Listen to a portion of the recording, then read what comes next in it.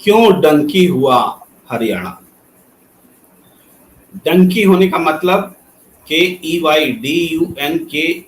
वाला डंकी नहीं, बल्कि एक ऐसा रूट जिससे देश में अवैध तरीके से लोग विदेश जाते हैं। और क्यों जाते हैं, हरियाणा डंकी क्यों हुआ, आज इसी विषय पर चर्चा। नमस्कार, मैं हूं प्रेम कुमार। प्रणाम इंडिया में आपका बहुत बहुत स्वागत है। हमारे साथ जुड़ चुकी हैं देश की जानी मानी समाज सेवी और राजनीतिक विश्लेषक मीनू जैन जी। आपका बहुत बहुत स्वागत। और ये विषय जो है, डंकी क्यों हुआ हरियाणा, ये विषय तो बहुत गंभीर है, लंबे समय से है, महसूस सब लोग करते थे, लेकिन सतह पर चर्चा में अब आया है। अब आया है तो क्यों आया है, ये भी प्रश्न है। लेकिन ये विषय है क्या, डंकी क्यों हुआ हरियाणा का मतलब क्या है। देखिए, हरियाणा में आज देश में सबसे ज्यादा बेरोजगारी है। पूरे 12 महीने का, 6 महीना का आप हिसाब ले लीजिए, तो हरियाणा नंबर 1 बना हुआ है बेरोजगारी में। तो ऐसे तो ये आंकड़े हैं, आंकड़े कभी कभार ऊपर नीचे हो जाते हैं, तो आप ये नहीं कह सकते कि नंबर 1 नहीं नंबर 2 हो गया, लेकिन औसतन नंबर 1 बना हुआ है। मगर इसका सबसे बड़ा प्रमाण अगर देखना हो कि हरियाणा डंकी हरियाणा में बेरोजगारी है और ये क्यों डंकी बना, तो प्रमाण ये डंकी वाली घटना से ही स्पष्ट होता है। ये डंकी क्या है, डंकी रूट कहते हैं। जब भारत से विदेश जाते हैं लोग और प्रॉपर वीजा से नहीं, प्रॉपर तरीके से नहीं, अवैध तरीके से जाते हैं, तो उसका एक रूट होता है जिसमें काला धन कमाने वाले लोग, गलत करने वाले लोग, इन सब लोगों को रूट देते हैं और एक देश, दूसरे देश, तीसरे देश, चौथे देश करते हुए वो किसी देश में ले जाते हैं। जैसे भारत के लोग कनाडा जाते हैं, अमेरिका जाते हैं, दूसरे दूसरे देशों में जाते हैं। तो ये डंकी रूट से जाने का मतलब अवैध रूट से, अवैध तरीके से देश से बाहर जाना। इसमें जान जोखिम में डालते हैं, जान का खतरा होता है, जेल में जाने का खतरा होता है। आप इसको इसी बात से समझिए कि पिछले 2 साल पहले का आंकड़ा है कि 97,000 लोग अमेरिका में प्रवेश करते हुए ऐसे डंकी रूट से लोग गिरफ्तार हुए थे। 97,000, 97,000। और उसमें से जो बोला जाए, सबके सब जो थे, आधे लोग तो ये कह रहे थे कि हमारे देश में हम सुरक्षित नहीं है, इसीलिए देश छोड़ के आ रहे हैं। ये अलग विषय है, लेकिन 97,000 अगर एक साल में अमेरिका में अवैध तरीके से घुसते हुए भारतीय पकड़े जा रहे हैं, तो वैसे ये सिर्फ हरियाणा का मसला नहीं है, ये पूरे देश का मसला है। लेकिन हरियाणा में ये बड़ा आम है, इसलिए हरियाणा में से ये बातें पूरे दुनिया में सामने आ रही है। ये बात तब सामने आई जब राहुल गांधी अभी अमेरिका गए थे। अमेरिका में एक ऐसे ट्रक ड्राइवर से मिले जो इसी डंकी रूट से वहां पहुंचा हुआ था और जो एक्सीडेंट का शिकार हो गया था, बहुत मुश्किल में था, किसी तरीके से उसकी जान किसी और वैसे ही उनके साथियों ने बचाई थी। जब राहुल गांधी ने उनसे मुलाकात की और ये डंकी रूट के बारे में पूरा जाना, तो उनके रोंगटे खड़े हो गए। उन्होंने उनसे भरोसा दिलाया कि हम अभी जाएंगे तो आपके परिवार से मिलेंगे। इसका सबसे खराब जो है वो क्या है कि डंकी रूट से जो लोग विदेश जाते हैं, चले तो जाते हैं, लेकिन आएंगे कैसे, क्योंकि कागज है नहीं, तो वो फंस जाते हैं, चाह के भी परिजनों से नहीं मिल पाते हैं। तो राहुल गांधी ने उनको भरोसा दिया था कि हम आपके परिजन से भी मिलेंगे, वहां से बात भी करेंगे, कराएंगे, और फिर देखते हैं कि आपकी मदद कैसे की जा सकती है, जो लोग भारत लौटना चाहे और डंकी रूट में वहां फंसे हुए हैं। तो राहुल गांधी ने इस काम को किया। भारत लौटने के बाद वो हरियाणा के उस गांव में पहुंचे, परिवार से बातचीत की और एक बड़ा इमोशनल सा एक वीडियो उन्होंने जारी किया, जिसमें डंकी रूट से अपने परिवार से बिछड़े हुए व्यक्ति से उसका परिवार बात करता है और बच्चा भी इमोशनल होता है, बात करता है। पहले हम आपको उस इमोशन को समझने के लिए उस वीडियो को दिखाना चाहते हैं, तब मीनू जी के पास में हम इस चर्चा को शुरू करेंगे। देखिए, जब राहुल गांधी उस परिवार के पास गए, बच्चे से मिले, उनकी माँ से मिले और अमेरिका में पिता से बात कराया, पिता को माँ से बात कराया, बेटे को पिता से कराया। चलिए देखते हैं। करने बात करो, कोई प्रॉब्लम नहीं। इसको पता कब लगा कि पापा चले गए? जैसे रात होते ही ये बोलता भी पापा चाहिए, घर पे पापा होने चाहिए, पापा के साथ बैठना, खाना खाना, ये सब मिस करता। तो बोलता पापा आप मुझे क्यों छोड़ के गए? पेपर हो गया, एक तो मेरा देखिए हो गया अब तो की जरूरत नहीं बेटे, मैं भी बहुत जल्दी आऊंगा, चिंता न करो। मेरे पापा अमेरिका गए, चोट लग गई। अच्छा, क्या हो बताओ, मुझे बताओ। सभी बच्चों सर यही हाल है। देश के लोगों को मालूम होना चाहिए कि आप लोग क्या सह रहे हो, क्या क्या मतलब आपको सहना पड़ रहा है, परिवारों को क्या, आपको क्या मुश्किल सहनी पड़ रही है, ये इसलिए मैं मतलब समझने आया हूँ। क्या आप वहाँ पर जाके भी देखो। मैं वहाँ से तो आया हूँ, पापा से मिल के आया हूँ, इसीलिए तो आया हूँ मैं यहाँ तुमसे मिलने, तुम्हारे पापा ने भेजा है। भेजा था आपने, भेजोगे? उसका देख सारा मार तमिल के गई, थर मिलन आए हैं यहाँ स्पेशल। ये सर हमसे मिलने आया और आपसे भी मिले हो गए, आपने पता है ना, सब कुछ ठीक है और ऐसे ठीक रहना। ठीक ही है, सब कुछ सब सही है।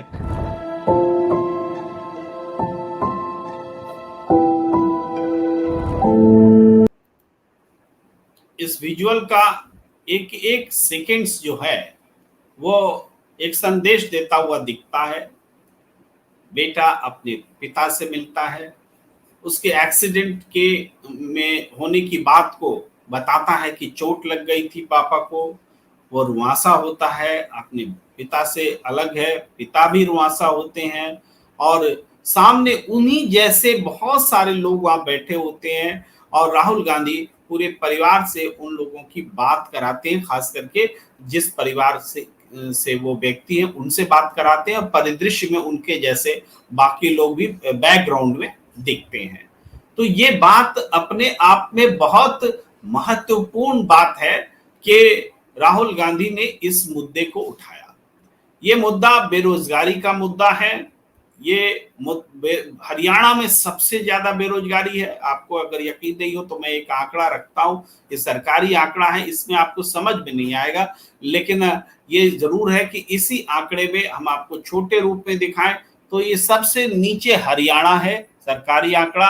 और देखिए 2020, 21, 22, 23, 24 सारे आंकड़े हैं और क्वार्टर वाइज आंकड़े हैं। आप लगातार देखेंगे 3.8.6, 11.0, 10.4, नीचे वाले अगर देखें तो ये सारे आंकड़े ऑन एन एवरेज आप निकालेंगे, देखेंगे, बाकी स्टेट से कंपेयर करेंगे तो औसतन जब हम देखते हैं तो हरियाणा पूरे देश में नंबर 1 बेरोजगारी में बना हुआ है। और नंबर 1 बेरोजगारी में बना हुआ है तो क्यों बना हुआ है? हरियाणा की स्थिति ऐसे पहले तो ना थी। 10 साल से तो भारतीय जनता पार्टी का ही शासन है, डबल इंजन की सरकार है। जो बीजेपी पूरे देश में ये कहती है कि जब जम्मू कश्मीर को जन्नत बनाने की बात कहती है, डबल इंजन को अनुसरण करने की बात करती है, उसके डबल इंजन के हरियाणा को क्या हो गया है? क्यों लोग डंकी रूट से देश छोड़ करके विदेश जा रहे हैं, परिवार से अलग हो रहे हैं? परिवार से अलग होना कोई छोटी मोटी बात नहीं होती है। देखिए, हिंदुस्तान में भी आप में से कई लोग किसी न किसी समय परिवार से अलग होकर के नौकरी करने, जीविकोपार्जन के लिए जब बाहर जाते हैं तो बहुत कठिन परिस्थितियों का सामना करना होता है। और ऐसा नहीं है सबको बड़ी जॉब मिल जाती है और तब वो जाते हैं और सिर्फ अकेलापन होता है, बल्कि बहुत कठिनाई से। भाई आज भी अमेरिका में जो लोग रह रहे हैं, जो ये बात बयां कर रहे हैं, वहां एक कमरे में 14 लोग रहते हैं। एक हाउस ले लिया, मतलब 2 कमरे का मकान ले लिया, 14 लोग किराए में रहने लगे। ऐसे उदाहरण सामने आ रहे हैं। तो वो क्यों ऐसा रह रहे हैं? क्योंकि वो कम पैसों में जी सके और उससे बचत कर सके और उस बचत को अपने परिवार के पास भेज सके। ये सिर्फ अमेरिका जाके नहीं होता है, गांव में रहने वाले व्यक्ति जब शहर में जाते हैं तो शहर में बहुत नारकीय स्थिति में जीते हैं। किराए का मकान कमरा ले लिया, कमरे में कई सारे लोग हैं, खाने का ठिकाना नहीं है, एक ही टाइम खाया, कहीं भी सड़क पर कुछ खा लिया और किसी तरीके से कुछ पैसे बचा ले ताकि अपने घर भेज सके, गांव अपने परिवार की मदद कर सके। ये जो जीने का संघर्ष है, ये बेरोजगारी ने इस संघर्ष को बहुत मुश्किल बना दिया है, कठिन बना दिया है और लोग परेशान हो रहे हैं। इस मुद्दे को राहुल गांधी ने खंगाल करके सामने लाया है। मैं आपको एक और आंकड़ा देना चाहता हूं, दिखाना चाहता हूं। स्क्रीन पर देखिए ये आंकड़ा, ये सितंबर 2023 में इंडिया टुडे की रिपोर्ट थी, प्रकाशित हुई थी। इसमें जो कुछ बातें कही गई जिसका मैं जिक्र भी कर रहा था कि नवंबर 2022 से, ये सितंबर में की रिपोर्ट है, लगभग एक साल के बाद 97,000 Indians trying to enter illegally into the US have been arrested by American authorities। कि 97,000 लोगों को अवैध तरीके से अमेरिका में घुसते हुए अमेरिकन अधिकारियों ने, संस्थानों ने अरेस्ट किया। 2019 में ये संख्या 5 गुनी कम थी। इसका मतलब लगभग 20,000 के करीब लोग अवैध रूप से अमेरिका में घुसने की कोशिश कर रहे थे। तो 19 से 23 आते आते यानी 5-6 साल बाद ये फिगर 5 गुना बढ़ गया। भारत छोड़ने की ये दर आप समझ लीजिए। देश छोड़ करके विदेश में नारकीय जीवन जीने के लिए इस डंकी रूट से जाने वाले लोगों की तादाद 5 गुना बढ़ गई। और जब अरेस्ट किया गया तो उनमें से 45,000 लोगों ने कहा कि भारत में हम थ्रेट, धमकियों का सामना कर रहे हैं, इसलिए आए हैं। ये और भी एक नई समस्या की ओर इशारा करता है, लेकिन अभी हम उस पर बात नहीं कर रहे हैं। पर एक चीज और है कि जनवरी 2022 में एक केस आया था जिसमें 4 सदस्यों वाला परिवार गुजरात से था। वो अमेरिका में से कनाडा से अमेरिका जाते हुए मर गया था। 4 परिवार, माँ, मियाँ, बीबी, बच्चा, 2 बच्चे, चारों लोग मारे गए थे। तब भी ये डंकी रूट हाईलाइट हुआ था। ये डंकी रूट तब भी हाईलाइट हुआ जब 2022 में मई के महीने में अमेरिका और कनाडा के अधिकारियों ने 6 भारतीयों को रेस्क्यू किया था जब वो समुद्र आईसी सेंट रीजेज रिवर है उससे वो पार करने की कोशिश कर रहे थे। और अप्रैल में 2023 में 32 साल के एक हरियाणा के कैथल के रहने वाले व्यक्ति मृत पाए गए थे। 1-2 चट्टानों के बीच में उनकी लाश मिली थी ग्वाटेमाला में, जो कि डंकी रूट का हिस्सा होता है। ये सारे उदाहरण ये बता रहे हैं कि डंकी रूट कितना खतरनाक है और बेरोजगारी किस भयावह रूप किस तरीके से ले चुकी है, इस ओर इशारा कर रहे हैं। और राहुल गांधी ने इस मुद्दे को देश के सामने रखा है। तो मैं अब आता हूं मीनू जी के पास कि मीनू जी, इसको आप कैसे देखती हैं? डंकी रूट, बेरोजगारी, हरियाणा बेरोजगारी में नंबर 1 यानी डंकी रूट का सबसे बड़ा पैसेंजर, सबसे ज्यादा पैसेंजर हरियाणा में, और उस मुद्दे को राहुल गांधी देश के सामने रख रहे हैं। एक तरह से देश का जो ये आडंबर है इस सरकार का कि हम दुनिया में श्रेष्ठ हैं, विश्व गुरु हैं, हमारे यहाँ औद्योगिक विकास हो गया, हमने विकास का रास्ता चुन लिया, तो यही विकास का चेहरा है क्या मीनू जी? जी देखिए, बड़े अफसोस की बात है इसमें जो राहुल गांधी ने जो वीडियो जारी किया उसमें आपने बच्चे को देखा, वो अपने पिता से क्या कह रहा है कि मुझे देख के ऐसा लगता है कि आप कभी वापस नहीं आओगे, आपको अच्छा लगता है अमेरिका। बच्चे की घोर निराशा, मतलब उसको लगता है कि अब उसका जो पिताजी है, वो पापा है, वो कभी वापस नहीं आएगा। मतलब वो किस खौफ में जीता होगा, किस डर में, असुरक्षा में, और वो अपने पिता के लिए किस भावनाओं के साथ जीता होगा कि ये हमें छोड़ के चला गया, जबकि उसको पता नहीं है किस वजह से गया है। लेकिन आप उस बच्चे के, जो सारे ही बच्चे थे, उनके मेंटल डेवलपमेंट का क्या होगा, मतलब किस माहौल में वो बड़े हो रहे हैं और किस सोच के साथ वो बड़े हो रहे हैं। तो ये चीज देखिए, हरियाणा कभी एक प्रॉस्परस राज्य माना जाता था, लेकिन आपने देखा होगा जो राहुल गांधी उनसे बात कर रहे हैं, जो वहां पे जितने भी डंकी रूट से गए लोग हैं, उन्होंने ये भी बताया कि भाई खेती में जो है खाद ही इतनी महंगी हो गई है कि अगर हम खेती में भी लगे रहे तो क्या करें। तो वो क्या होता है कि जो भी उनके पास छोटी बड़ी जोत होती है उसमें से बेच के और वो निकल लेते हैं उधर। तो अब उसमें जो बता रहा है वो कि कोई ट्रक ड्राइवर बन गए हैं। और आप ये देखिए कि उन्होंने साइड में उसमें अगर देखें, सब कांग्रेस की वेबसाइट पे उन्होंने जारी की है वो वीडियो पूरा, उसमें एक रूम के अंदर कम से कम 20-22 लोग भरे हुए हैं। मतलब उसने बता रहा था कि बैग रखने की भी जगह नहीं है। वो जैसा मुंबई में होता है या बड़े शहरों में होता है कि एक खोली में 15 लोग रहते हैं, 2 शिफ्ट में आते हैं सोने के लिए वहां पे, एक जिनकी रात को और कुछ लोग 12 घंटे दिन में वहां पे उसमें रहते हैं। तो ये वाली स्थिति वहां हो गई है। और मोदी जी कहते हैं कि हम तीसरे नंबर की अर्थव्यवस्था बनने जा रहे हैं। भाई जब अपने घर में रोटी है, वो कहते हैं ना अपने घर में भी है रोटी, वो एक गाना है चिट्ठी आई है वतन, उसमें है एक लाइन कि जब अपने घर में है रोटी, मोदी जी कह रहे हैं कि हम तो तीसरे नंबर की अर्थव्यवस्था बनने जा रहे हैं और 5वें की तो ऑलरेडी है। तो 5वें नंबर की ये समझ में नहीं आता कि 5वें नंबर की अर्थव्यवस्था के लोग को यहाँ रोजगार क्यों नहीं मिल रहा है, यहाँ नौकरी क्यों नहीं मिल रही है। यहाँ तो इतनी होना चाहिए, लाइन लगी हुई होनी चाहिए कि रोजगार के लिए लोगों की कमी पड़ जाए और बाहर से मंगवाए जाए कि भाई और कंट्री के लोग भी आ सकते हैं जो अगर आना चाहें तो यहाँ पे। तो यहाँ बिजली चली गई है या डिस्कनेक्ट हो गए हैं मीनू जी, मैं फिर आता हूं आपके पास, लेकिन कुछ प्रतिक्रियाएं लेता हूं। नागमणि जी लिख रहे हैं, अनपढ़ क्रूर नेता और पढ़े लिखे सरल हृदय नेता में अंतर तो नजर आ ही जाता है। एक अनपढ़ अपने फौज को उतार देता है झूठ और नफरत फैलाने के लिए, लेकिन सच्चाई को झूठ से दबाया नहीं जा सकता। लेकिन जो काम राहुल गांधी कर रहे हैं, बेरोजगारी इस देश का बहुत बड़ा और गंभीर मुद्दा है। और मुद्दा का मतलब सिर्फ मुद्दा नहीं, हर परिवार इसको फील करता है कि घर में अगर एक व्यक्ति भी कमाने वाला होता है तो 4-5 लोग उस पर डिपेंडेंट होकर के जी लेते हैं।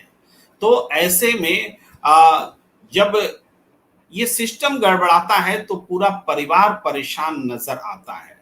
और जिस तरीके से हरियाणा में औद्योगिक विकास ठप हुआ है, हरियाणा में बेरोजगारी बढ़ी है, बड़ी तादाद में लोग सड़क पर हैं, नौजवानों को नौकरी नहीं मिल रही है।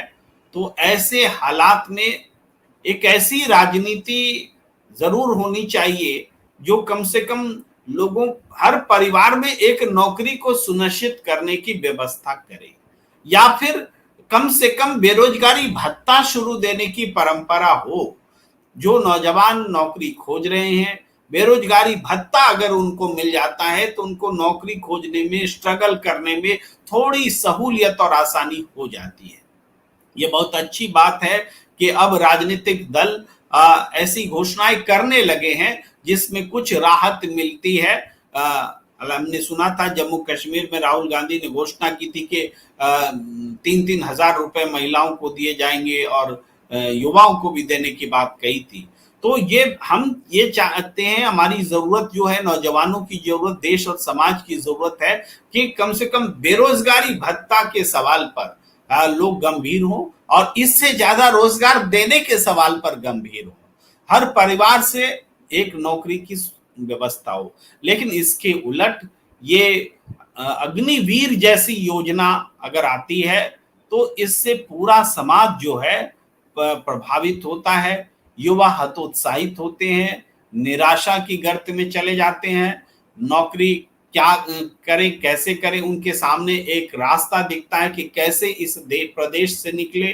तो जो कोई संपर्क में आता है वो कुछ गलत लोग ही होते हैं, वो अवैध तरीके से विदेश जाने की व्यवस्था, और उसके लिए भी जो खर्च होता है उस खर्च को भी जुटाने के लिए तरह तरह के पापड़ बेलने पड़ते हैं और किसी तरीके से वो पैसा इंतजाम करके एस्केप करते हैं अपने प्रदेश से और डंकी रूट से जा पहुंचते हैं अमेरिका, कनाडा और दूसरे तमाम देश। वहां भी अवैध नागरिक बन करके अपनी जिंदगी को खतरे में डालते हैं। ये जो स्थिति है, ये जो हालात है, ये हालात बहुत ही भयावह हैं। मीनू जी हमारे साथ जुड़ गई हैं मैं अब मीनू जी को कहूंगा कि वो अपनी बात को कंप्लीट करें, पूरी करें। जी जी जी थोड़ा सा पावर सप्लाई का प्रॉब्लम आ गया था, तो माफी चाहेंगे।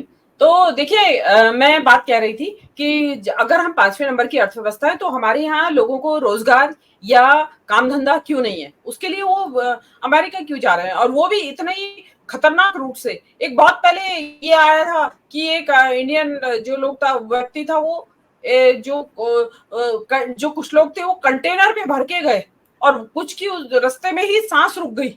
जो कार्गो के वो जाते हैं कंटेनर, उसमें वो गए, और क्योंकि उतना उसके अंदर ऑक्सीजन वगैरह का तो क्या शॉर्टेज पड़ी होगी, और पड़नी थी जब इतने सारे लोग कंटेनर में भरे हुए। तो लोग इस तरीके से अपनी जान जोखिम में डाल के वहां जाते हैं। ये तो आपने उनकी बताई कि जो रोजगार से मोहताज है, मतलब जिनको की रोजगार नहीं है या नौकरी नहीं है, काम धंधा नहीं है, कुछ भी रोजगार कह दीजिए उसको, दोनों चीज को, काम धंधा को भी और नौकरी को मिला के, तो रोजगार नहीं है इसलिए वो जाते हैं। लेकिन आप सरकार के ही आंकड़े हैं कि पिछले 1 साल में किसी ने आरटीआई लगाई थी, उसमें आया था ये जवाब कि पिछले साल में करीब 1 लाख संपन्न भारतीयों ने भारत छोड़ के विदेश की नागरिकता ले ली है। तो ऐसा क्या इस देश के अंदर क्या हो रहा है जिसकी वजह से लोग छोड़ के जा रहे हैं? कि तंगहाली, बिल्कुल बिल्कुल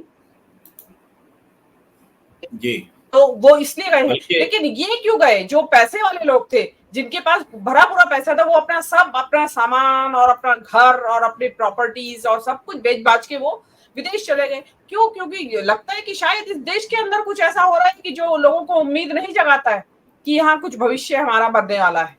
तो ये मतलब एक अक्रॉस द स्पेक्ट्रम ऐसा यही नहीं है कि कोई मोहताज, गरीबी से मोहताज या लाचारी में जा रहा है कि भाई मिल ही नहीं रहा है कुछ भी रोजगार, लेकिन अच्छे संपन्न लोग भी जा रहे हैं। तो ये कि एक सरकार को इनफैक्ट इसके ऊपर एक कुछ रिपोर्ट, कोई ब्लूप्रिंट, कोई व्हाइट पेपर कुछ तो जारी करे कि लोग छोड़ के क्यों जा रहे हैं। भाई क्या मोदी जी का शासन पसंद नहीं है क्या, जो इतने लोग जा रहे हैं छोड़ के? देखिए, जाते थे पहले भी, और दुनिया जो है वो माइग्रेशन का ही से ही बनी है, और देश बसे हैं। अमेरिका खुद माइग्रेटरी पॉपुलेशन से बना है, मतलब वहां पहले आयरिश पहुंचे और उसके बाद अमेरिका जो आज है वो आज आपको दिखाई देता है। वहां ओरिजिनल रहते थे आदिवासी, लेकिन जो आज का अमेरिका दिखाई देता है वो उन लोगों ने बस आया।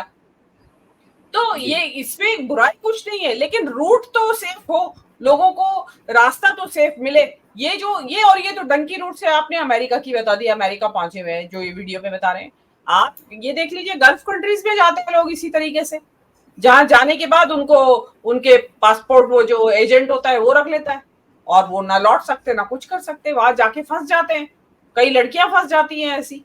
तो मतलब, और उसके एजेंट बने हुए हैं, इधर भी बने हुए हैं और उधर भी बने हुए हैं, लोगों ने पूरा धंधा चला हुआ है।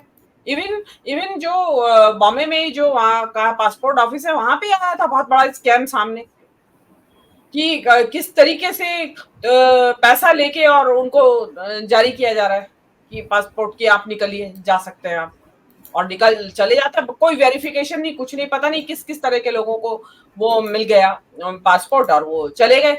अब उसमें से कुछ वापस आ जाते हैं, कुछ वहीं फंसे रह जाते हैं, कुछ लोग जेलों में फंसे रह जाते हैं।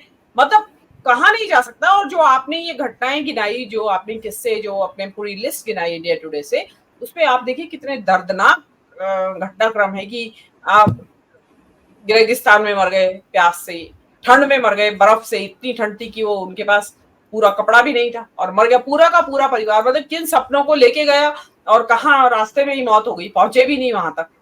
तो ये जो है एक जिसको कहते हैं ना ड्रीमलैंड, लगता है लोगों को कि अमेरिका में जाए तो पता नहीं क्या मिल जाएगा। अब ठीक है कि मिलता होगा, लेकिन देखिए बड़े इन देशों में जाके खर्चे भी पूरे ही होते हैं। ऐसा नहीं है कि आपको जीवन सस्ता है वहां पे, कि आमदनी ज्यादा है और जीवन सस्ता है, ऐसा नहीं है। लेकिन फिर भी अपना घर छोड़ के जाना, जैसे अब इनका बताया जो या इसी वीडियो में है, जो कि 35 लाख रुपया उन्होंने दिया एजेंट को। तो आप अंदाज लगाइए कि जो राहुल गांधी सवाल पूछते भी हैं कि क्या यहाँ काम नहीं हो सकता था कुछ 35 लाख से, तो उसने कहा कि कुछ हो ही नहीं सकता था, क्योंकि मौके ही नहीं है ऐसे, और होता भी तो वो सब उसका सत्यानाश हो जाता। और वास्तव में 35 लाख रुपए के बेसिस पे आप ऐसा धंधा तो कर नहीं सकते, हो सकता है उनकी, देखिए हो प्रोबेबली हो सकता है जाने वालों की कई बार महत्वाकांक्षाएं भी बहुत होती है, ऐसा कोई लेकिन जरूरी नहीं। मीनू जी यहाँ तो मुद्रा लोन योजना में 50,000 में धंधा करा रहे हैं मोदी जी। 50,000 से 2 लाख का रेंज है, 2 लाख तो मिलता भी नहीं है, वो 50,000 में ही सबसे धंधा कर रहे हैं। लोग तो लोन ले लेते हैं, मोबाइल खरीद करके उड़ा देते हैं, अब बैंक के पैसे गए। और आंकड़े बताते हैं कि हमने इतने लोगों को, इतने करोड़ लोगों को मुद्रा लोन दिया। अगर ये मुद्रा लोन अगर लोगों को अपने पैरों पर खड़े ही कर रहे होते तो ये 35 लाख का अरेंजमेंट करके देश भाग करके अवैध तरीके से डंकी रूट से जा करके ये स्थितियां पैदा ही क्यों होती। जी देखिए ये तो आपने देख लिया उनको, क्योंकि राहुल गांधी इन्वॉल्व हुए इसमें और सामने आपकी आ गई। ऐसे पता नहीं कितने लोग होंगे जो वहां गए हों, मतलब लाखों लाख लोग गए होंगे। बहुत सारे मेरे उसमें भी आए हैं ऐसे लोग टच में, जैसे फैमिलीज को मैं भी जानती हूँ ऐसी पर्सनली। बॉम्बे में मैंने बहुत लोगों से ऐसे मिली हूँ जिनके की उस वक्त उन्होंने समझाया कि लोग छुपाते थे कि नहीं वो लोग वापस नहीं आ सकते क्योंकि परिवार क्राइसिस में था। तो मैंने कहा आप जो आपके परिवार को जो आपको पैसा भेज रहा है अमेरिका से काम करता है, तो आप इतने 10 साल से वो गया हुआ है, आ क्यों नहीं सकता है, आप बुलाइए। तो उन्होंने कहा नहीं वो आ नहीं सकते, उनका वीजा इस तरह, वो उनका पासपोर्ट ही इस तरह का है, उनका वीजा इस तरह का है कि वो बस जाने के। तो मुझे तभी कुछ समझ में आ गई थी बात कि कोई शायद ये इसी इलीगल रूट से गए हुए व्यक्ति हैं। तो ये लोग जो हैं जाते हैं, और जिस परिवार की मैं बात कर रही हूँ एक परिवार की, उनकी कोई आर्थिक स्थिति भी ऐसी कोई ऐसा नहीं हुआ कि भाई वहां चलो वहां पे बहुत कुछ गुल खिल गए। लेकिन ये एक बड़ी सोचने वाली बात है, क्योंकि मैं ये पुरानी बात कर रही हूँ, नई बात में जब हम 5वें नंबर की अर्थव्यवस्था है और चारों तरफ रोजगार की बारिश हो रही है और नौकरियों की बारिश है, धन जैसा आपने बताया धनजन योजना से पैसा आ रहा है काम करने के लिए, तो फिर क्यों जा रहे हैं लोग? ये एक समझने वाली बात है। और इसको आप जो पीछे आपने जो छोड़ के गए हैं, जो बच्चे हैं, जो वो, मैं तो उन बच्चों जिस तरीके से वो बात कर रहे थे, मैं तो उन बच्चों के भविष्य को लेके चिंतित हूँ। मतलब उनके दिमाग में क्या छप रहा है इस वक्त। और वो जो एक बच्चा था जिसने कहा कि आप लगता है आपको नहीं आओगे वापस, मेरे तो कान में बड़ा शीशा पिघल गया उस बच्चे के कहने से कि आप वापस नहीं आओगे। मीनू जी, एक राहुल वो हैं जो इस मुद्दे को सामने ला रहे हैं, एक राहुल हमारे स्क्रीन पर है एक अलग किस्म की प्रतिक्रिया के साथ, कि वो कंसर्न्ड हैं कि वो लोग मतलब बीजेपी उन लोगों को पहचान कर लेगी राहुल गांधी का वीडियो देख करके और अमेरिका के इमिग्रेशन डिपार्टमेंट को सूचित कर देगी, रिपोर्ट कर देगी, तो क्या होगा। तो कुछ प्रतिक्रिया दीजिए, इनकी चिंता भी जायज है। नहीं, जो ये इनके दिमाग में सवाल आया वो दिमाग में मेरे भी आया था देखने के साथ ही साथ।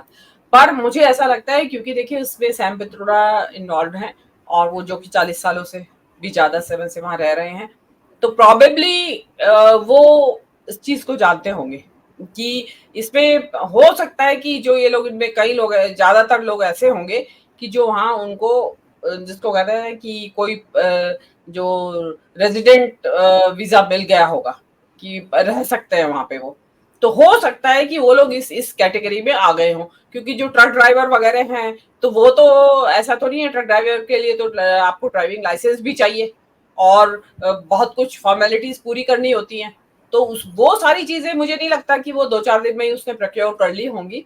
उसमें ये चीज तो है, ये सवाल मेरे दिमाग में भी आया था और वही की गवर्नमेंट हो सकता है कि करे, लेकिन डेफिनेटली वो लोग शायद, मुझे ऐसा लगता है कि उनके पास कुछ और भी साधन है, क्योंकि वो बच्चे जो है वो बच्चे काफी बड़े हो चुके हैं। आप ये देखेंगे कि इसका मतलब ये लोग काफी समय से वहां गए हुए हैं। ये इस बात को भी समझने की जरूरत है मीनू जी, कि जो लोग 35 लाख रुपए इन्वेस्ट करके डंकी रूट से जाते हैं, जान जोखिम में डाल करके वो वहां पहुंचते हैं, तो इवन ट्रक भी चलाते हैं, तो जो डॉलर में कमाई होती है। और हमें याद है जब राहुल गांधी ने ट्रक ड्राइवरों से बात की थी तो वहां के ट्रक ड्राइवर की एनुअल इनकम यहाँ के डॉक्टर्स के इनकम के बराबर थी। आप ये समझिए, ये स्थिति थी। यानी वो डॉलर में कमाते हैं, खर्च भी डॉलर में होता है, लेकिन अगर वो कुछ बचा लेते हैं तो भारतीय करेंसी में वो 80 गुना हो जाता है, 84 गुना हो जाता है, ये बात भी समझिए। तो कम से कम पैसे हो जाएंगे तो वो कोशिश कर सकते हैं कि अपना वीजा अपने परिजनों से, अपने भारत में लोगों से अप्लाई करवा सके, उनके पास में वीजा बन जाए, कुरियर से या किसी साधन से मंगवा सके, और फिर वो बाहर आने की जुगत भिड़ा सके, आ सके। बहुत रास्ते निकल सकते हैं, या भारतीय दूतावास से संपर्क करे, वो कोई रास्ता निकाल दे, या राहुल गांधी ने सवाल उठाया, आपने सही कहा कि जो सैम पित्रोदा है वो कोई रास्ता निकाल दे, लेकिन वो आना चाहेंगे तब ना। वो अगर वहीं पर अगर उनकी कमाई होने लगी है और वो एस्टैब्लिश्ड हो रहे हैं तो वो तो वहां बसना चाहेंगे, ये दुविधा वाली बात रहती है। लेकिन भारत के संदर्भ से देखें तो भारत के लोग जो बेरोजगार लोग हैं वो रास्ता ढूंढ रहे हैं कि कैसे वो भारत छोड़ करके विदेश में जाएं और कमाने खाने का जुगाड़ करें। ये हालात आपने थोड़ी देर पहले एक और बात कही थी कि गरीब लोग जिनके पास पैसे नहीं है, बेरोजगार है, वो तो जा ही रहे हैं विदेश कमाने खाने के लिए। वो लोग भी जा रहे हैं जो सक्षम हैं, जिनके पास बहुत पैसा है। तो इसका क्या कारण है? और उसकी संख्या लगातार बढ़ रही है, हर साल बढ़ रही है। 1,30,000 का ताजा फिगर है, तो एक साल में जा रहे हैं विदेश। तो ये लोग जो जा रहे हैं ये वास्तव में अपने कारोबारी भविष्य को वहां देखते हैं, अपनी काले रकम को वहां सोचते हैं कि बचा ले, यहाँ खूब काली कमाई कर ले, यहाँ टैक्स इवेजन हो गया, टैक्स बचा लिए, चलो विदेश भागो, उस तरह की भी चीजें। और इसके अलावा कुछ पॉजिटिव बातें भी होती हैं, उनको लगता है कि लाइफ जो है वहां स्मूथ है, भारत में हर चीज के लिए स्ट्रगल है, कोई भी चीज काम करनी चाहिए लाइन में लगना पड़ता है। विदेशों में इतना लाइन में लगने का नहीं है, सारी चीजें आसान होती है, ट्रैफिक में लोग परेशान हैं, बहुत सारे जिनको पैसा हो जाता है वो लग्जरी खोजने लगते हैं, आराम खोजने लगते हैं, और उस हिसाब से भी वो जाते हैं। लेकिन अपना देश छोड़ करके विदेश जाने की ये प्रवृत्ति, आपने सही सवाल उठाया कि मोदी सरकार में क्यों बढ़ी है। ये बड़ा सवाल है कि मोदी सरकार में देश छोड़कर भागने वालों की संख्या क्यों बढ़ी है, जबकि इस देश में मोदी सरकार ने राष्ट्रवाद तथा कथित रूप से पैदा किया है। ये बहुत राष्ट्रवादी लोग हैं, देशभक्ति लोग हैं, इनके विरोधी सारे जो हैं वो देश विरोधी होते हैं, वो उनके ऊपर जो है तरह तरह के इल्जाम होते हैं। लेकिन मूल बात यह है कि भारत छोड़कर भाग क्यों रहे हैं और बेरोजगारी खत्म कैसे होगी, ताकि ये सिलसिला रुके, लोग यहाँ ठहरे। जी देखिए, इसमें बेरोजगारी के अलावा थोड़ी महत्वाकांक्षा भी है, दोनों चीज काम कर रही हैं। जो पैसे वाले लोग जा रहे हैं वो तो जा रहे हैं बेटर लाइफ कि यहाँ बहुत ज्यादा झगड़े फसाद और ये हिंदू मुसलमान हो रहा है, बच्चों का भविष्य नहीं है, बच्चे वहीं पढ़ने जा रहे हैं तो हम ही क्यों ना चले जाएं साथ में। तो लगता है लोगों को कि ज्यादा अच्छा जीवन है, ज्यादा आपकी जो आपके टैलेंट की जो कद्र है वो वहां ज्यादा अच्छी होती है, तो वो सारी चीजें होती है। और कुछ लोगों को लगता है कि यार जितनी मेहनत यहाँ करेंगे, 10 घंटे यहाँ ट्रक चलाएंगे तो यहाँ 10 क्या, यहाँ तो 24 घंटे चलाता है ट्रक वाला, तो यहाँ मिलेगा क्या 20,000 रुपया, लेकिन वहां ट्रक चलाएंगे तो वहां पे तो पता नहीं कहाँ से कहाँ जा सकते हैं, कुछ और भी काम कर सकते हैं एक्स्ट्रा, क्योंकि वहां लेबर की जो ब्लू कॉलर जॉब जिसको कहते हैं, जिसमें मेहनत लगती है, मेहनत कशी का जो काम है, वो करने वाले लोगों की जरूरत है उस इकोनॉमी में। तो वहां ये लोग खप जाते हैं किसी भी तरह का। मैं देखा वहां, मैं यूरोप में जो टॉयलेट साफ करने वाले जो जितने भी पुरुष कर्मचारी से ज्यादा वहां महिला थी कर्मचारी, और उसमें बहुत बड़ी तादाद में इंडियंस थी जो लेबोरेटरी को सफाई कर रही थी। वहां बहुतों को, क्योंकि इंडियंस दिखने पे दिखते ही दिख जाते हैं कि कौन है और नाम लिखा हुआ है उनका, तो वो लोग एयरपोर्ट पे सफाई करने वाले, मतलब विदेश का बता रही हूँ अपनी आंख से जो मैंने देखा है। तो वो भाई मतलब आप अपने देश में तो नहीं रहना चाहते, लेकिन वहां जाके टॉयलेट साफ कर लेंगे आप, यहाँ कर देंगे आप पब्लिक टॉयलेट साफ। दो कारण है इसके, यहाँ पब्लिक टॉयलेट इसलिए नहीं साफ करेंगे कि वो साफ करना एक विशेष जाति का काम बता रखा है यहाँ पे, तो आप अछूत हो जाएंगे अगर आप पब्लिक टॉयलेट साफ करेंगे। लेकिन वहां क्या है, वहां डिग्निटी ऑफ लेबर है, वहां पे कोई भी कर सकता है, कुछ भी कर सकता है। कोई जरूरी नहीं है कि टॉयलेट साफ करने वाला अनपढ़ ही हो, कि भाई पढ़ा लिखा नहीं है, कुछ काम नहीं मिला तो टॉयलेट साफ करके पैसा कमा रहा है। वो उसमें बहुत सारे पढ़े लिखे लोग भी होते हैं। अब मैं आप इन्हें बताती हूँ, जर्मनी में हमें एक रेस्टोरेंट में एक जो टेबल सर्व कर रहा था वो वेटर था लड़का, तो इंडियन था, चेहरे से एकदम, तो पूछा उससे, नाम बताया, उसका नाम तो मुझे याद नहीं है अभी, तो उसने, भाई क्या कर रहे हो यहाँ पे, वो पीएचडी कर रहा था वहां पे। आप अब देखिए, तो क्योंकि वहां पे खर्चा है तो एक्स्ट्रा मनी बच्चों को अपनी एजुकेशन को सपोर्ट करने के लिए कमाना पड़ता है। तो वहां पे क्या है कि लोग करते हैं काम, मतलब वहां पे आपको ऐसा नहीं है कि पेरेंट्स ने भेज दिया आपको लाख करोड़ 50 लाख रुपया और करोड़ रुपया देके और आप वहां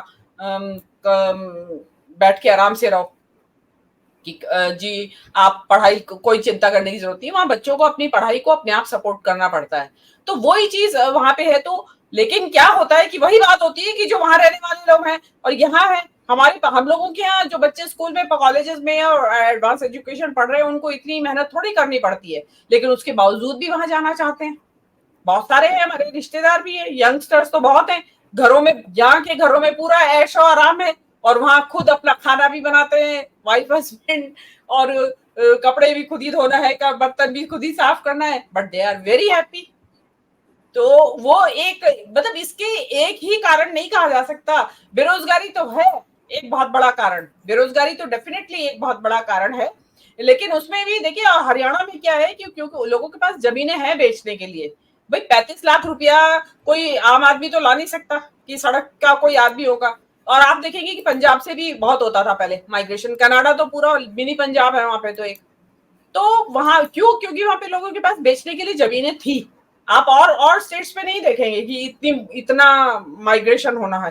तो वहां पर बेरोजगारी भी है या एम्बिशंस भी हैं, तो दोनों को पूरा करने के लिए उनके पास एक जमीन है बेचने के लिए, तो वो जमीन बेचते हैं। वो वीडियो जिसका आप जिक्र कर रहे थी उसको हम थोड़ा दिखाना चाहते हैं आपकी अनुमति से, जिसका राहुल गांधी का जो जिक्र कर रही थी उस वीडियो को हम दिखाना चाहते हैं। और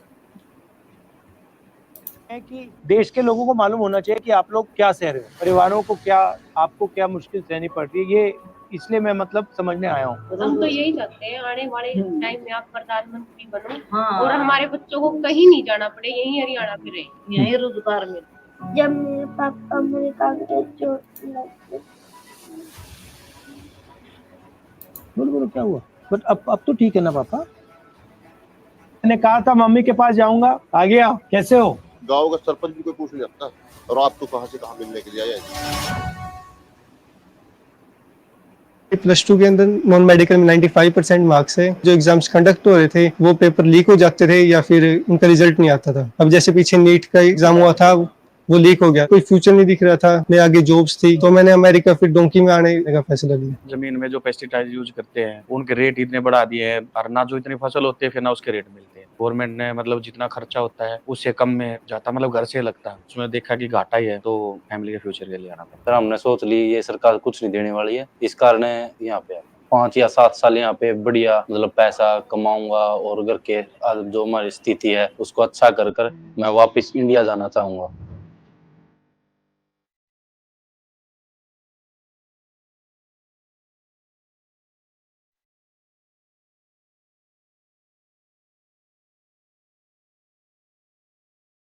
नमस्कार, कैसे हैं आप? नमस्कार। ओ हाँ देखो, सब हरियाणा के हो? मिनी हरियाणा बना दिया यहाँ पे। हरियाणा से चले तो यहाँ क्यों आए? आइडिया क्या था, मतलब सोच क्या थी यहाँ आने की? मैं भी 2 साल से ट्राई कर रहा था कि मैं भी यहाँ इंडिया से निकल जाऊँ, क्योंकि कुछ है ही नहीं था। 10-15 हज़ार में क्या होता है, एक नॉर्मल आप शहर में भी गुजारा नहीं कर सकते। सब बेरोजगार। अच्छा, यहाँ आकर आपने सही डिसीजन लिया या गलत डिसीजन लिया? ये तो सही डिसीजन है, सही डिसीजन। पिछले दशक में हालात ही ऐसे हो गए, जो अपना अच्छे से काम कर रहा था ना, महंगाई इतनी हो गया, अफोर्ड नहीं कर पा रहा और आमदनी बिल्कुल कम हो गई है। माँ बाप सब घर में वही है? माँ बाप बच्चे। जब आप वहाँ से गए तो उनको तो डर लगा होगा कि क्या कर रहा है? कौन चाहेगा कि अपने बच्चों से दूर है? सिचुएशन बड़ी टफ होती है, क्योंकि मेरी माँ के लिए मैं बच्चा हूँ और मेरे लिए मेरे बच्चे। खुश तो हम अपने देश में अपने लोगों के बीच में होते हैं हमेशा। जितने बच्चों से आप बात करोगे, अभी अपार्टमेंट्स में देखोगे, आप फील करोगे कि रहते कैसे हैं। 15-15, 20-20 बच्चे एक सिंगल बेडरूम अपार्टमेंट में, आप जाओगे तो बैग रखने की जगह नहीं है अपार्टमेंट्स पे। वो सब पैसे इकट्ठे करके अपनी फैमिली को भेजते हैं ताकि हमारी फैमिली सर्वाइव कर सके। तो उसके बाद हमारे भाई साहब, उनकी हेल्प से हमने इनके पास रहे। हम जब तक हमारे पास काम नहीं था, इन्होंने काम अरेंज कराया, काम किया, जो कि $10 $11 के हिसाब से हमने एज ए लेबर काम किया। इन्होंने हमारा केस, जो हमें वकील को प्रेफर किया और उन्होंने केस सबमिट किया। उसके बाद हमें 6 से 8 महीने के लगभग वर्क परमिट मिलता है। लगभग 1 साल हमने वो काम किया, उसके बाद वर्क परमिट मिला। अच्छा, आप हरियाणा से अमेरिका आ गए, हरियाणा से आप हिंदुस्तान के किसी और स्टेट में नहीं जाने को सोचा? हर स्टेट में ऐसा ही हाल है। और जब आप वहाँ से निकलते हैं तो फिर कहता है कि ऐसा सब होगा, ऐसी तकलीफ आपको मालूम है कि डेंजर रिस्क तो मालूम है। कि क्या पता हमें ना मिले। कोशिश करते हैं बेहतर रोजगार, बेहतर जिंदगी के लिए, क्योंकि वो कहीं ना कहीं तो मेंटली आप तैयार रहते हैं कि ऐसा कुछ होगा। सबसे ज्यादा डर आपको कब लगा इस जर्नी में? कभी डिपोर्ट लग जाए, डिपोर्टेशन का सबसे ज्यादा डर वही है। सबसे ज्यादा कौन से देश के लोग आ रहे हैं? इंडिया में से तो हरियाणा के आ रहे हैं सबसे ज्यादा, हरियाणा पंजाब। हरियाणा में से इतने ज्यादा क्यों आ रहे हैं? पंजाब से सालों में काम नहीं, पिछले 10 सालों में कुछ बचा ही नहीं है सर। सरकार ने महंगाई हो गई है और 35-40 लाख रुपए लगाकर कोई आता है, कितना रिस्क लेकर बेहतर रोजगार के लिए, क्योंकि वहाँ पे है ही नहीं अभी। और कुछ लोग रिपोर्ट भी हो जाते हैं बाद में, फिर भी रिस्क लेते हैं, जान का भी रिस्क लेते हैं, काम धंधा बचा ही नहीं। 35 लाख से इंडिया में धंधा नहीं कर सकते, बचता ही सब कुछ भी पता ही नहीं है। रिस्क है, 35 लाख लगाने के बाद में कुछ होगा नहीं होगा। 35 लाख लगाएंगे तो कुछ ना कुछ हम यहाँ कमा सकते हैं। आपको ये लगता है ना कि 35 लाख रुपए मैंने ब्याज में लिया तब भी धंधा नहीं चल सकता? उम्मीद नहीं है। तो इस सफर में सबसे ज्यादा खुशी कब हुई? जब अमेरिका में घुसे। अमेरिका और इंडिया में आपको क्या फर्क लगता है? अब आप यहाँ रहे हो। सबसे ज्यादा फर्क ये है जी, यहाँ भेदभाव नहीं है। इंडिया में बहुत भेदभाव है पिछले कुछ सालों से। यहाँ जातिवाद नहीं है, जैसे हम सारे इकट्ठे रह रहे हैं। अब मैं मुस्लिम हूँ, ये हिंदू है, यो कोई है, कुछ नहीं है, बिल्कुल भी। हाँ सही है यहाँ। मगर अब आप क्या करना चाहते हो, कैसे करना चाहते हो, प्लान क्या? सर मैं फिलहाल तो मेरा अपना रोजगार सेट करना था मुझे, क्योंकि वहाँ पे नहीं था।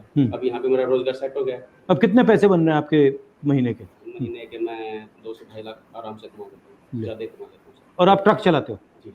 फ्यूचर में सर इंडिया में कुछ ऐसा होना चाहिए, कोई बढ़िया लीडर आना चाहिए जो देश के हालात बदले, रोजगार मिले लोगों को, महंगाई कम हो जाए, ताकि वहाँ पे जो लोग बसर कर रहे हैं उनका जीवन यापन थोड़ा सा सरल हो जाए, उनको देश से बाहर ना आना पड़े। आपका कोई स्किल हो, कोई हुनर हो आपका, तो इंडिया में उसकी रिस्पेक्ट होती है? यहाँ ज्यादा होती है या वहाँ ज्यादा होती है? तो यहाँ पे हर प्रोफेशन में इज्जत, हर प्रोफेशन में रिस्पेक्ट है। और आप अब इंडिया जा सकते हो या अभी नहीं जा सकते? कब जा पाओगे? अभी सर कोई उम्मीद नहीं है। जब ग्रीन कार्ड होगा? हाँ जी सर। वो तो 10 साल लगे, कितना साल लगेगा उसमें? अलग-अलग टाइम है सर। 10 साल 5 साल। तो 10 साल 5 साल आप फैमिली को नहीं देखोगे? नहीं सर। वो आ सकते हैं या उनको भी अलाउड नहीं? नहीं सर। माता पिता को कोई मैसेज देना चाहते हो?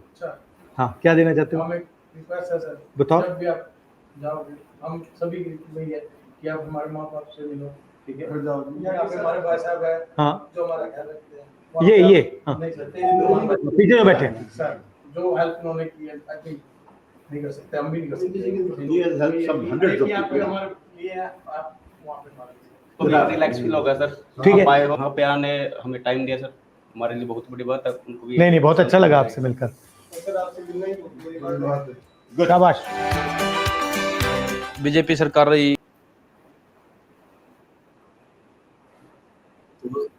मीनू जी, जी ये हमने थोड़ा लंबा सुनाया ताकि उस पूरा बात अच्छे को से। फील की जा सके। जी जी हाँ, कुछ बोले। हाँ बिल्कुल। देखिए, इसमें अगेन वही तो कई सारी बातें एक साथ इसमें जुड़ी हुई हैं। बेरोजगारी तो है ही, और जो है बेटर लाइफ के लिए एस्पिरेशन की एक है ना कि भाई वहां तो जैसे कि भाई सोने की गलियां हैं, वो है, पता नहीं क्या मिल जाएगा, तो इसलिए भी जाते हैं। और देखिए, माइग्रेशन के कारण हमेशा बहुत सारे रहे हैं। कभी अधिकतर मामलों में तो आर्थिक ही रहा है। जब भी वर्ल्ड वाइड जो भी माइग्रेशन हुआ है आर्थिक रहा है, कहीं युद्धों की वजह से रहा है, कहीं ऐसी प्राकृतिक आपदाएं आ गई तो लोग छोड़ के चले गए उसमें, तो एक कारण नहीं रहा। और ये जो कहते हैं कि मानव सभ्यता इतिहास ही माइग्रेशन का है, लेकिन यहाँ जो पिक्चर दिखाई दे रही है उससे एक निराशा का सा माहौल बनता है। मतलब इन जो कहते हैं ना कि हम विश्व गुरु हैं, तो विश्व गुरु के लोग इतने निराश अपने देश से कि छोड़ के ये और वहां चले गए, और अपने परिवार से ये भी नहीं पता है कि मिल पाएंगे या कभी नहीं मिल पाएंगे, 10 साल में मिलेंगे या 5 साल में मिलेंगे या क्या होगा कुछ फ्यूचर मतलब, और किस तरीके के बताया जैसा वो दिखाई आप पिक्चर उसमें कि एक रूम में 20-20 लोग रह रहे हैं। तो ये अगर 20-20 रूम में रह रहे हैं तो वहां उसके बावजूद वहां जाने की ललक, देखिए इसके ये इतना सीधा सा विषय नहीं है कि हम एक उसमें इसको एपिसोड में समेट लें, बहुत सारे एस्पेक्ट इसके साथ जुड़े हुए हैं। अब जैसे जो मान लिया जो लोग एजुकेशन की वजह से वहां जाते हैं वो तो सारे एजुकेशन वीजा उनका तो अलग है, सिस्टम ही अलग है, वो ऐसे इलीगली जा ही नहीं सकते जो पढ़ने के लिए जा रहे हैं। लेकिन इसमें भी एक और आया था कि एक इंडियंस ने वहां पे कुछ गुजरात के लड़कों ने मिलके वहां यूनिवर्सिटी खोल रखी थी एक कमरे में, और वहां पे उस यूनिवर्सिटी का बाकायदा पूरा डॉक्यूमेंटेशन था, और यहाँ से लड़के बच्चे लोग इस बहाने से कि हम पढ़ने जा रहे हैं उस यूनिवर्सिटी में, और उनको वीजा लग जाता था और वो वहां पहुंच जाते थे। तो जैसे ये बैठे हैं इसी तरीके से वो लोग वहां जाके भीड़ में एब्जॉर्ब हो जाते हैं।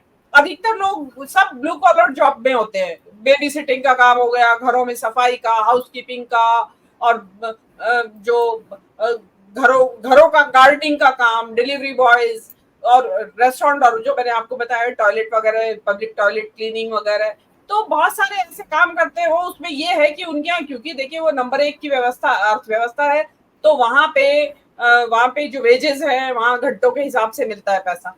हमारी तरह नहीं कि 10 घंटे काम करेंगे तो आपको 200-400 रुपए मिल जाएंगे, तो वहां हमारे 10 घंटे आप काम करेंगे तो वहां तो पूरे महीने के लिए कमा लेंगे अगर आप पूरे एक दिन में 10 घंटे काम करेंगे। तो वो चीज जो है लोगों को अट्रैक्ट करती है, और उनको लगता है कि यहाँ तो पूरी जिंदगी करेंगे तो बस यही रहेगा हैंड टू माउथ कि कमा लिया और खा लिया। तो मीनू जी, ये प्रतिक्रिया जो है वो जो आप कह रही हैं उसका एक अगला पॉइंट है कि शायद लोगों ने नोट नहीं किया कि ये बच्चे पैसे से अधिक सामाजिक जीवन शैली की बात कर रहे हैं। जातिवाद झेले हुए किसी बच्चे से पूछें कि जातिवाद होने के डर के साथ जीवन कैसा होता है, तो जो बहुत अच्छी बात इन्होंने नोट की, जो सब लोग क्या बता रहे थे, यहाँ पता ही नहीं चलता कि कौन हिंदू है, कौन मुस्लिम है, कौन किस जाति का है, सब एक साथ खाते हैं, रहते हैं, और कोई दबाव नहीं है। और ये दबाव भारत में बना हुआ है। अभी थोड़ी देर पहले फुकरा जी का एक स्टेटमेंट देख रहा था। आपका लाइट चली गई है शायद प्रेम जी की, तो मैं इसको, आप जो keep religion and politics separate, आप देखिए आपने बहुत सही बात नोट की है, लेकिन आपको ये जान के आश्चर्य भी होगा, दुख भी होगा, बहुत अफसोस भी होगा कि यहाँ से जो बच्चे सवर्णों के, ऊंची जात वाले परिवारों के जो बच्चे इंडिया से एजुकेशन लेने के लिए वहां की यूनिवर्सिटीज में गए, बड़ी बड़ी यूनिवर्सिटीज कॉलेजेस में गए, वहां उन्होंने अपने बड़े बड़े कंपनीज में उनकी जॉब्स लग गई, तो वहां जब वो अधिकार जो कॉलेजेस में और यूनिवर्सिटीज में वो जाति के आधार पे भेदभाव करते थे दूसरे स्टूडेंट्स के साथ, इसी तरीके से सिस्को कंपनी है जो सॉफ्टवेयर की, उसके यहाँ एक सबसे पहले मामला सामने आया कि सिस्को में जो वहां पे एक टॉप पोजीशन पे था कोई ऑफिसर, तो वो जाति भेदभाव के आधार पे अपॉइंटमेंट करता था इंडियंस का, कि नीची जाति वालों को वो देता नहीं था। उसके बाद से ये मामला वहां तूल पकड़ा वहां भी, क्योंकि जो शेड्यूल कास्ट और शेड्यूल ट्राइब्स के बहुत बच्चे अब जाने लगे हैं वहां पढ़ने के लिए, तो उन्होंने फिर अपना एक ग्रुप बनाया और उन लोगों ने काफी एक्टिविज्म किया, और उसके बाद वहां पे ये बात चर्चा में आई कि इंडिया से जाने वाले सवर्णों के बच्चे वहां अपने साथ जातिवाद का जहर लेके जाते हैं और वो जातिवाद का जहर विदेशी यूनिवर्सिटीज में फैलाते हैं। तो सिएटल में वहां पे इसके बारे में सबसे पहले कानून बनाया गया कि जाति के आधार पे भेदभाव नहीं किया जाएगा, और शायद कैलिफोर्निया में भी इस तरीके की वहां पे प्रोसेस पे है, कुछ ऐसा कानून बनाने की प्रोसेस पे है।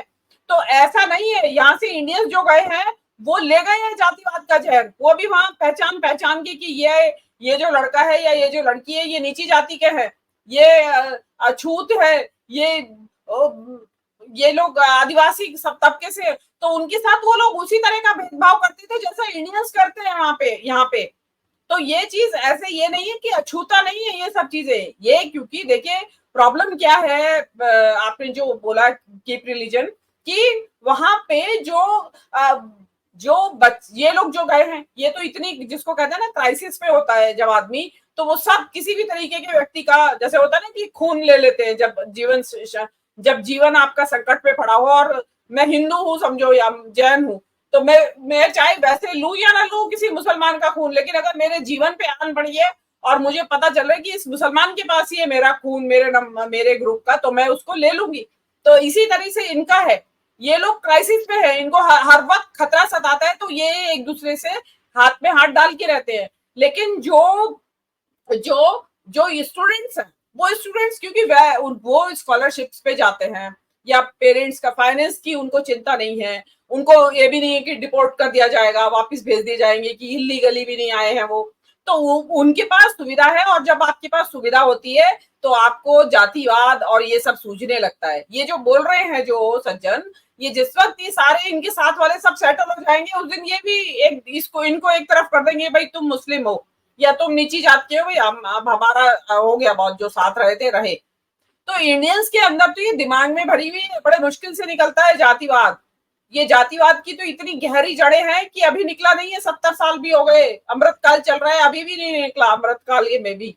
तो ये जो चीजें हैं, ये तो आप ये नहीं कह सकते कि ये सामाजिक जीवन शैली इनके लिए ठीक है, ये लोग बहुत अच्छी बात है अगर ये लोग साथ में धर्म और जाति के भेदभाव के बगैर रह रहे हैं, बड़ी अच्छी बात है और एक एग्जाम्पल सेट करते हैं। लेकिन मैंने जो आपको स्टूडेंट्स का बताया, यूनिवर्सिटीज में, कॉलेजेस में, बड़ी बड़ी कॉर्पोरेट्स में, जहां पे जो सवर्ण जो हिंदू जो लोग हैं, जो ऊंची पोजीशन पे हैं, वो भेदभाव करते हैं निचली जातियों को। आप पूछ के देखिए, अगर आप किसी को जानते हो वहां पे, तो आप पूछिए कि ऐसा मीनू जैन बोल रही थी, ऐसा कुछ हुआ है कि आप गूगल करके देख लीजिए। आप गूगल करिए, मैं आपको कीवर्ड्स देती हूँ, discrimination on caste basis in universities and colleges in USA, ये कीवर्ड डाल दीजिए आप देखिए, आपको पूरा डिटेल आ जाएगा सारा। तो वो चीज वहां पे भी लेके चले गए हैं लोग, और वो वहां पे वो जब ये लोग, अगेन वही वाली बात आती है, जब आपका पेट भर जाता है ना, तब आपको धर्म सूझता है, और इंडियंस के साथ तो खासकर जब पेट भर गया तो दूसरी बात ये होती है कि लोगों को धर्म में जाना शुरू कर देंगे, मंदिर जाना शुरू कर देंगे। वहां क्यों? क्योंकि वहां पे रिकॉग्निशन मिलती है, सोशल रिकॉग्निशन। तो वो यही इनके साथ है। जिस वक्त ये वहां पे इनका परमानेंट हो जाएगा रेजिडेंस, इनकी जो इलीगैलिटी है वो खत्म हो जाएगी, जिस टाइम ये अच्छा कमाने लगेंगे, घर वर खरीद लेंगे, रहने लगेंगे, तो आप देख लीजिएगा ये अलग हो जाएंगे इनसे। तो ये चीज आप ये नहीं कह सकते कि केवल जातिवाद का मारा आदमी विदेश जाता है, ऐसा नहीं है।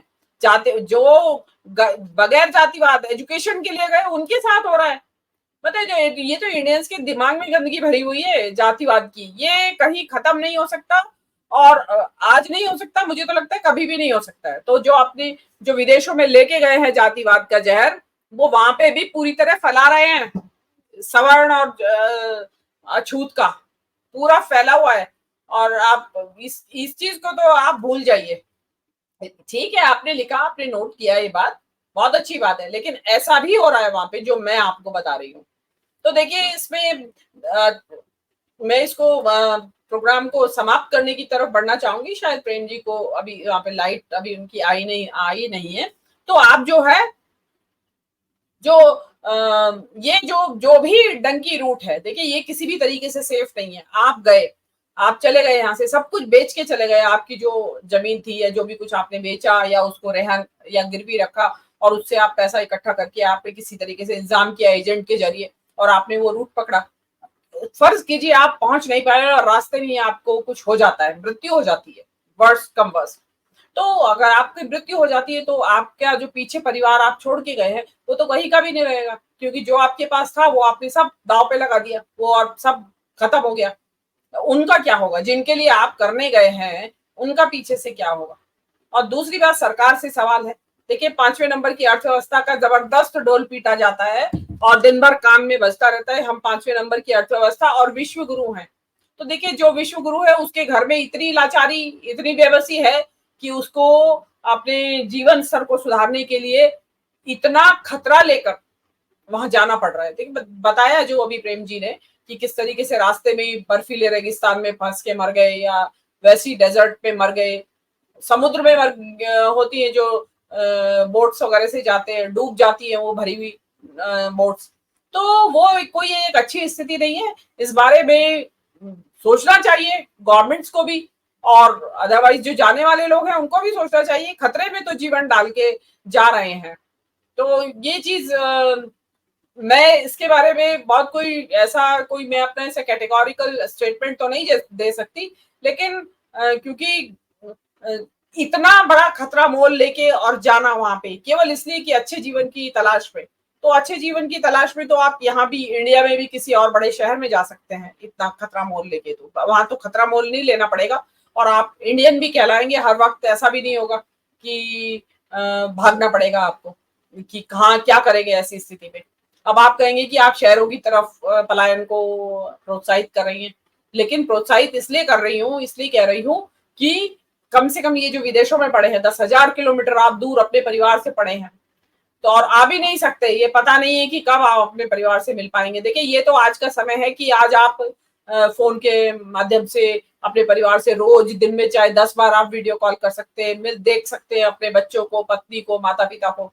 लेकिन अगर आपके पास फोन ना हो, और पहला जमाने की बात थी जब फोन तो होते थे लेकिन वीडियो कॉल्स नहीं कर सकते थे, तो अभी तो ये है आपके पास। लेकिन सरकार को चाहिए कि ऐसी व्यवस्था करे जो 5वें नंबर की अर्थव्यवस्था है कि किसी को जाना ही ना पड़े, लोग आए हमारे यहाँ, ऐसी होना चाहिए ना। मोदी जी कहा करते थे कि भाई शर्म मानते थे लोग कि हम यहाँ रहते हैं, कि हम हिंदुस्तान में क्यों पैदा हुए। तो मेरे हिसाब से इन लोगों को भी शर्म होगी जो इसीलिए चले गए। और मोदी जी वहां जो इतने सारे वहां जो इंडियंस को एड्रेस कर रहे थे, उनमें भी बहुत सारे ऐसे होंगे जो इसी रूट से गए हैं वहां पे।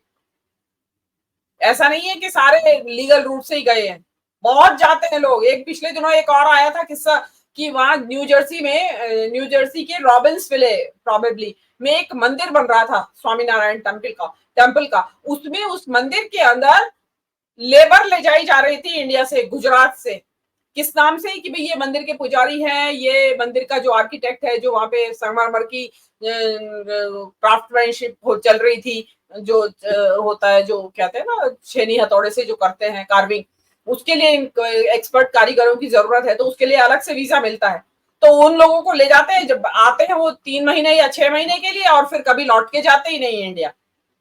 तो एक डंकी रूट ये भी है, लोग उसके लिए भी मारामारी मचाते हैं। तो वहां पे पता चला कि बहुत बड़ा रैकेट चल रहा था स्वामीनारायण टेम्पल में, कि लोग इस तरीके से आ रहे थे। और पता मुझे किसी ने बताया बाद में कि उनका बेटा वहीं रहता है, और उसने बताया कि लोग वहां पे इंडियंस जो हैं वहां पे इन मंदिरों में जाते हैं और वहां से घर के लिए नौकर लेके आते हैं, क्योंकि जो वहां आ गए हैं इलीगली, 3 महीने का वीजा मिला था और वापस जाना है, नहीं जाते, तो वो जो है वो क्या बोलते हैं, नौकर के तौर पे काम करने के लिए तैयार हो जाते हैं घर का, क्योंकि वहां पे क्योंकि वेजेस अच्छे मिलते हैं। तो ये एक बहुत बड़ी, एक इतना बड़ा डायमेंशन है इस प्रॉब्लम का। तो खाली इतना ही नहीं कि ये इससे आपको समझ में आ जाए, बहुत कुछ है इस डायमेंशन के इसके पीछे। लेकिन हाँ, ये एक मुद्दा उठाया है तो ये डेफिनेटली एक समझने सोचने वाली बात है। और हम भारतीय के तौर पे, हम जो विश्व गुरु या 5वें नंबर की अर्थव्यवस्था हम कहते हैं, तो हमारे लिए शर्म से सिर झुकने वाली बात है ये। इसके साथ ही मैं इजाजत चाहूंगी। नमस्कार।